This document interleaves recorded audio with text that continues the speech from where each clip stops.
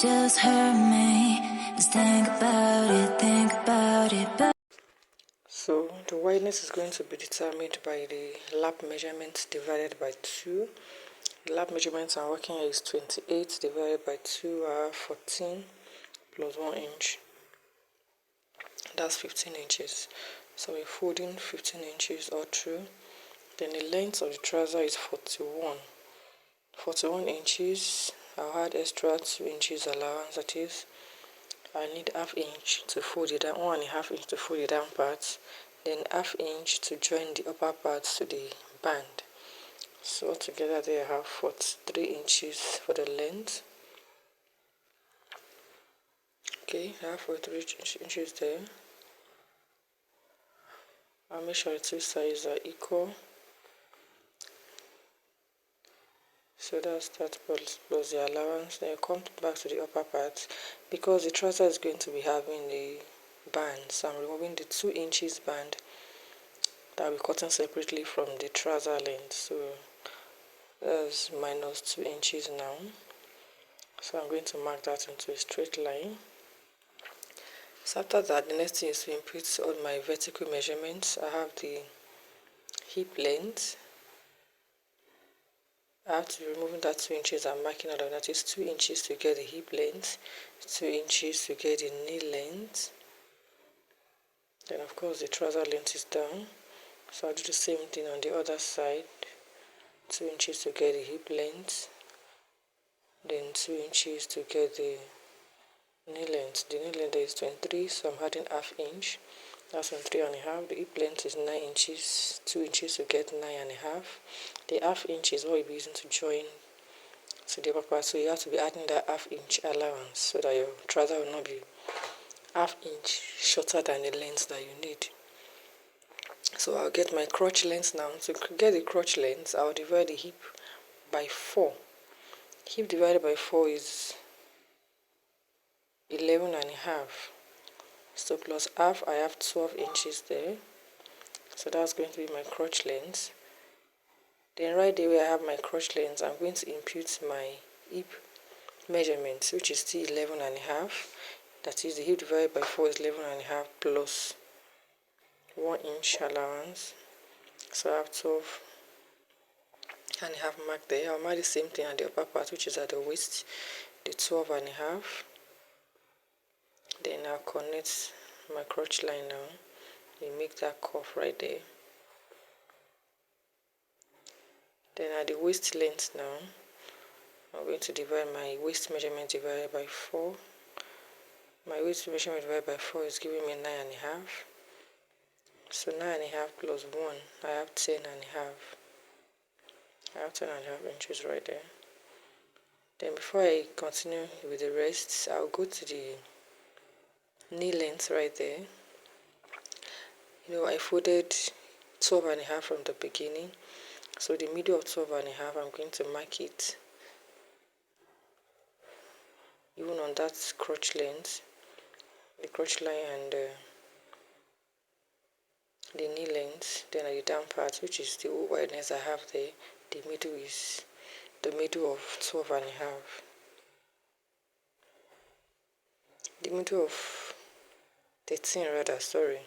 We folded with the lap measurement. So 13 is the wideness I folded there. 15 inches, the lap was 28 divided by 2, that's 14 plus 1. So that's 15 inches. So the middle of 15 is 7.5, and that's why I have that straight line in the middle right there. So to input my rounding measurements now, the rounding divided by 2. Then you split it into 2 as well. The rounding is so I have 4.5 on both sides. That's 9. The knee is 18 inches. The rounding measurement is 18 divided by 2 is 9. So I have 4.5 on both sides of that middle line. Then I added ½ inch on both sides for joining. I was adding 1 inch. So the hip measurement divided by 4, the waist measurement divided by 4, I was adding 1 inch. So when I get to the rounding 2, even after splitting it into 2, I split the 1 inch allowance into 2 so that I have half on both sides. The same thing on the ankle. The ankle divided by 2. Then you split your answer into 2. The ankle is 13 inches divided by 2 is 6.5. So you have half of 6.5 on both sides of the middle line. Then you add your half inch for joining on the two sides. Then the next thing is to connect the lines as so now.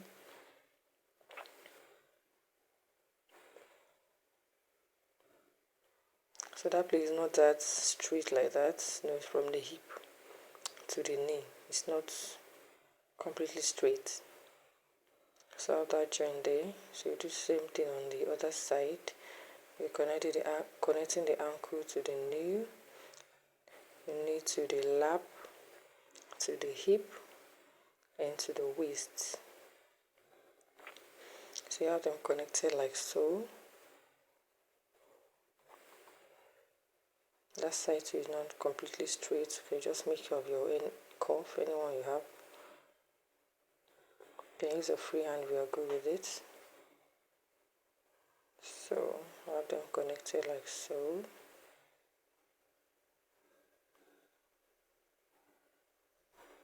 Then from my crotch length, then now I'm going to take it to the hip, to the waist. So it's connected there. You can see we have the shape of the trouser already. Then we shouldn't forget at the waist there, I'm going to add 1 inch for that allowance. The 1 inch I had added before was the seam allowance, so plus 1 inch that allowance down. Then I'll connect it back to the hip length. And we have the front parts of the trouser marked out already. You can see easy to mark. We don't need too much of calculation like that. So the next thing is to cut it out exactly the way we have marked it out. Okay, cut it out like that. So I have my flap right there, or crotch. Then we cut the sides out.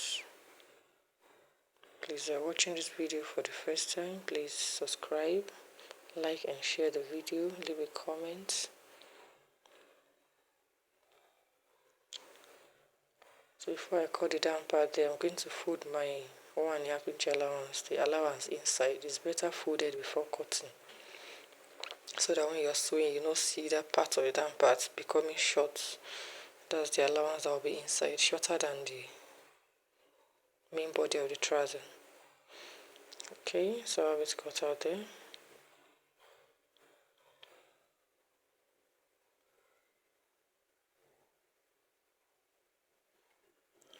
Okay, so the next thing to do now is to use this front pattern we have to cut the back. We're using this now to cut the back. So I have it placed on the fabric I'll be using to cut the back. That one is folded into two. Remember, we folded this front into two as well. Then the back will be folded into two.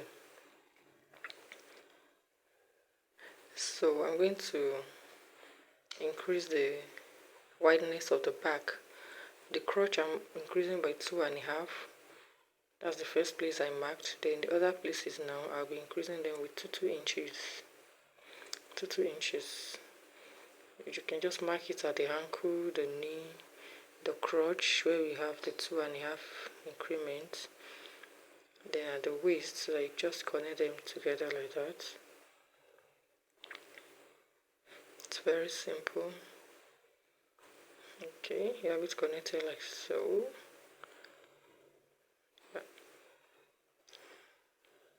So that's where you have 2.5. Connect it to the waist. Then remember the upper parts of the back pattern now will be increasing it with 1.5. So it will be 1.5 higher than the front. So you connect it to the line that you just marked now, but you pencil it down to the side. The side has to be equal. That's the side of the trouser. The place we increase now is the back of the hip. So the side of the 4 pieces have to be equal. That's the 2 pieces at the front, the 2 pieces at the back. The sides has to be equal. So that's what you have there. You can see the side there is equal. Then this is the part that we increase, the flap, which was also increased 2.5. Then this side have increased with 2 inches all through. So we cut it out like so. Trouser is very simple.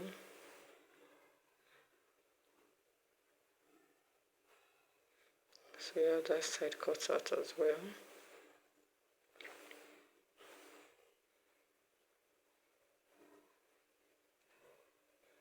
So you're going to have the front and the back joined before you cut out your band of 2 inches on fold.